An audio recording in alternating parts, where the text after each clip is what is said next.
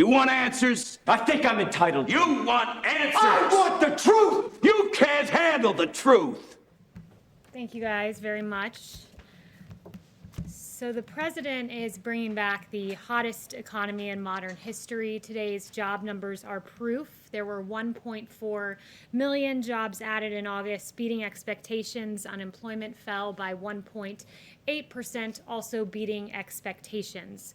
Now nearly 50% of job losses since March have been reversed, a clear V-shaped recovery. Also, I want to address what is quite clearly fake news. The story in The Atlantic has been categorically debunked by eyewitnesses and contemporaneous documents.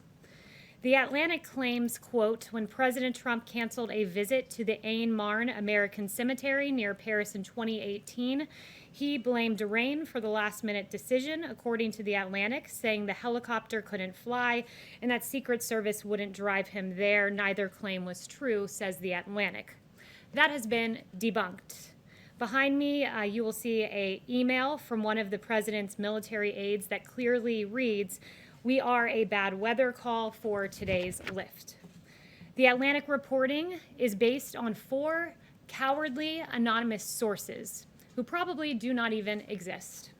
Meanwhile, within hours, 10 sources, 10, went on the record debunking these lies, 8 with firsthand knowledge, stating on the record one common truth, that this story is false. It never happened. Adding to the 8 that were previously counted, I'm bringing you 2 new ones. One is from Derek Lyons, staff secretary and counselor to the president, who says this: I was with the president the morning after the scheduled visit. He was extremely disappointed that arrangements could not be made to get him to the site and that the trip had been canceled. I have worked for the president for his entire administration.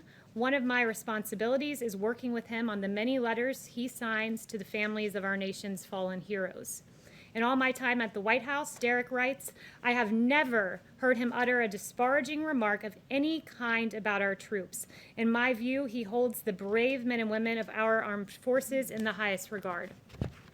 I also bring to you today another quote from a former member of this administration, Dan Walsh, former Deputy Chief of Staff, who is also a retired military officer. I got off the phone with Dan just before coming out here, and he wanted me to share with you all, I can attest to the fact that there was a bad weather call in France and that the helicopters were unable to safely make the flight. Overall, the president's support and respect for our American troops, past and present, is unquestionable. And Dan recounted to me several events he went on with the president, like a World War II veteran who flew with the president on the helicopter in Normandy, visits the president had with our wounded warriors, special ops teams who came to the Oval Office, including the team that got al-Baghdadi, and they brought along Conan, the dog, as well.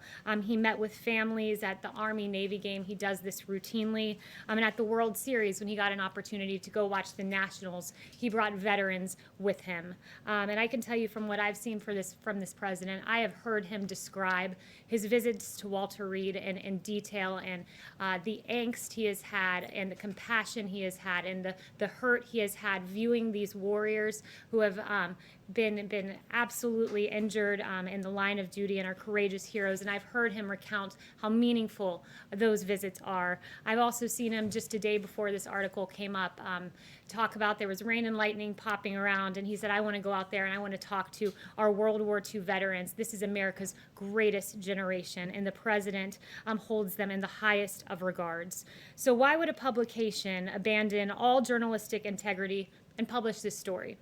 It's because the liberal activists at the Atlantic are uninterested in the truth, and they are only interested in peddling conspiracy-laden propaganda. Because here is the one truth. No one, and I mean no one, loves and cares for our servicemen and women as much as President Donald J. Trump. Thank you.